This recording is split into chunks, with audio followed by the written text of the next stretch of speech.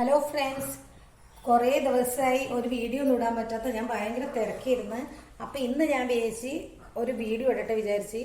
അപ്പം പിന്നെ ഇന്ന് ഐലൻഡ് ഒരു കറിയാണ് വെക്കുന്നത്, ഒരു സ്പെഷ്യൽ ടൈപ്പ് ഒരു സെമി ഗ്രേവി ആയിട്ടുള്ള ഒരു കറിയാണ് വെക്കുന്നത്. അപ്പം തുടങ്ങുമ്പോൾ അതൊരു പാത്രം വെച്ചിട്ട് ചൂടായിട്ടുണ്ട്.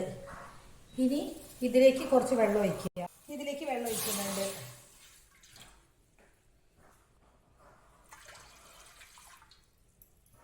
വീഡിയോ എടുക്കാത്തതുകൊണ്ട് ഒരു സ്റ്റാർട്ടിങ് പ്രോബ്ലം ഉണ്ട്, കുറേ ആയിപ്പോയി എടുക്കാൻ കഴിയാത്ത.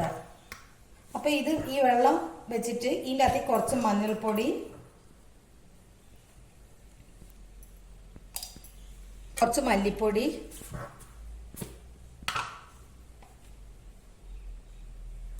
ഇത് മുളക് പൊടി ഇടുന്നില്ല. അപ്പം മല്ലിപ്പൊടി കുറച്ച് ഉണ്ടായിക്കോട്ടെ. അല്ലാണ്ട് ഒരു വൈറ്റ് ഒരു വെള്ളം നിറയടിക്കും, ഒരു വെള്ളരി കിടക്കുന്നതായിരുന്നല്ലോ മീൻ കാണാൻ വേണ്ടിയിട്ട്.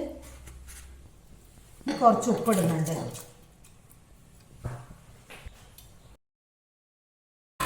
ഇതൊന്ന് ഇളക്കുക. എന്നിട്ട് ഇതിൻ്റെ അകത്തേക്ക് ഈ മീൻ കഷ്ണം ഇട്ടിട്ട് ഇതൊന്ന് വേവിച്ചിട്ടെടുക്കുക.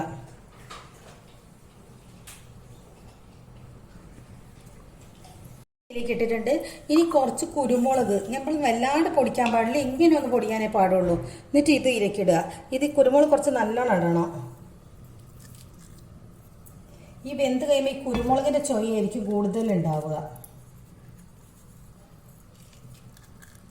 ഇനി ഇത് മൂടി വെച്ചിട്ട് ഇതൊന്ന് നല്ലോണം മീനൊന്ന് നല്ലോണം വേവട്ടെ.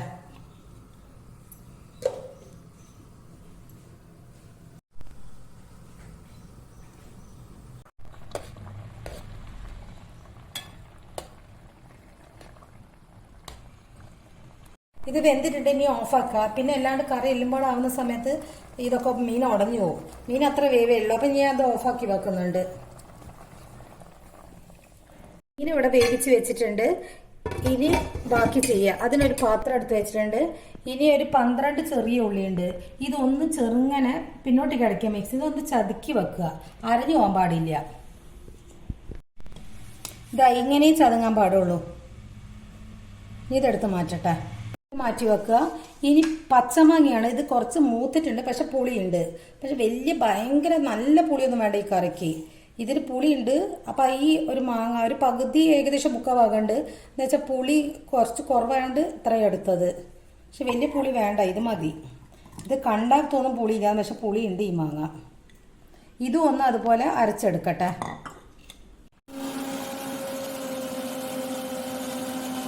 ഇത് ഇങ്ങനെ അരഞ്ഞിട്ടുണ്ട്.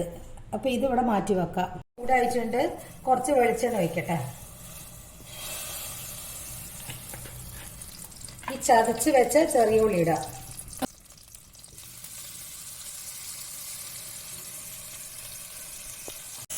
പിന്നെ കുറച്ച് വെളുത്തുള്ളി, ഒരു 3 പച്ചമുളക് കൊടുത്തിട്ട് കറിവേപ്പില രീതിയിലേക്ക് ഇടുന്നുണ്ട്. വെളുത്തുള്ളിയും ഇഞ്ചിയും ചതച്ച് വെച്ചതാണ്. ഇത് ചെറുങ്ങനെ മാറ്റുക.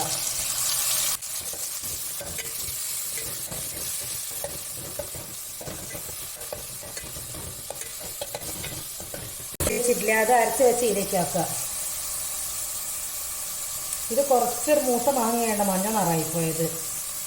നല്ല പച്ചമാങ്ങയാണെങ്കിൽ നല്ലൊരു കളറ് കിട്ടിയിരുന്നു. പക്ഷെ ഇത് ശ്രദ്ധിച്ചില്ല. മുറിച്ചിട്ടപ്പോഴാണ് ഇത് കാണുന്നത്. മുറിക്കാൻ എടുത്തപ്പോൾ കാണുന്നത് മൂത്തിട്ടുണ്ടെന്ന്. ഇതൊന്ന് ആക്കാം.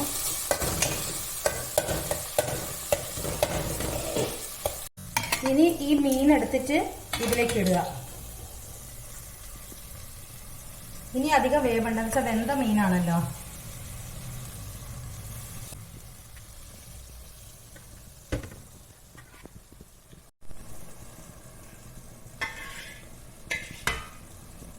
മീനിട്ടതിന് ശേഷം ഈ ഗ്രേവിയിലേക്ക് ഒഴിക്കുക.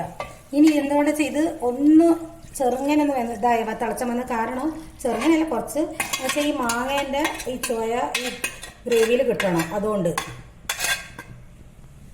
മീൻ അങ്ങനെ തൊടണ്ട. ഇളക്കിയിട്ടുണ്ടെങ്കിൽ ഇനി അത് ഉടഞ്ഞു പോകും. ഇത് ഈന്നൊന്ന് വറ്റി വരണം. മീൻ തൊടരുത്, തൊടാണ്ട് ഇതൊന്ന് വറ്റിക്കോട്ടെ. ഉപ്പൊക്കെ നോക്കുക. മല്ലിപ്പൊടി കുറവാണ്, കുറച്ചുകൂടി 1 സ്പൂൺ മല്ലിപ്പൊടി കൂടി ഇടുന്നുണ്ട്.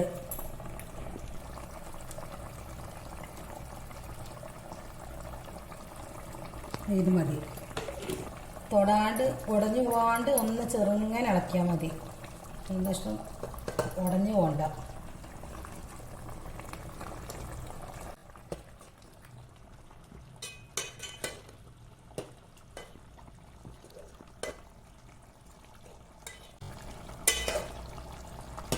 നല്ല ടേസ്റ്റായി ഇങ്ങനെ വെച്ചിട്ടുണ്ടെങ്കിൽ ഇത് എന്തായാലും ഈ ചോറിന് ഈ ഒരു കറി മതി. പിന്നെ നല്ല രസമാണ് കൂട്ടാൻ. പിന്നെ മുളക് പൊടി ഇടുന്നില്ലല്ലോ, വെറും കുരുമുളക് പൊടി. അപ്പം നോക്കണം, കുരുമുളകിൻ്റെ എരി വേണമെങ്കിൽ, എരി കൂടുതൽ വേണമെന്ന് എടുക്കുകയാണെങ്കിൽ നോക്കിയിട്ട് പിന്നെ വേണമെങ്കിൽ ഇടാം. ഇതൊന്ന് വറ്റട്ടെ, എന്നിട്ട് നോക്കാൻ ഇനി അതിൻ്റെയൊക്കെ ആവശ്യമുണ്ടോന്ന്. ഇത് വറ്റിയിട്ടുണ്ട്. ഇതിൻ്റെ അകത്ത് തൊട്ട ഉടഞ്ഞു, അതുകൊണ്ട് അങ്ങനെ കട്ടെ. ഇത് വറ്റിയിട്ട് കുറച്ച് വെളിച്ചെണ്ണ നല്ലോണം ഒഴിക്കുക, പച്ച വെളിച്ചെണ്ണ ഒഴിക്കുക.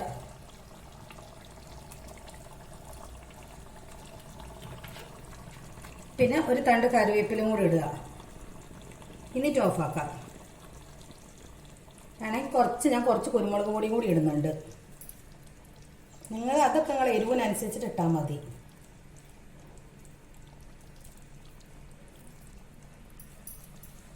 ഇതുപോലെ എല്ലാവരും ഒന്ന് ഉണ്ടാക്കി നോക്കുക. ഇഷ്ടപ്പെട്ട് ലൈക്ക് ചെയ്യുക, കമൻറ്റ് ചെയ്യുക, ഒന്ന് സബ്സ്ക്രൈബ് ചെയ്യുക.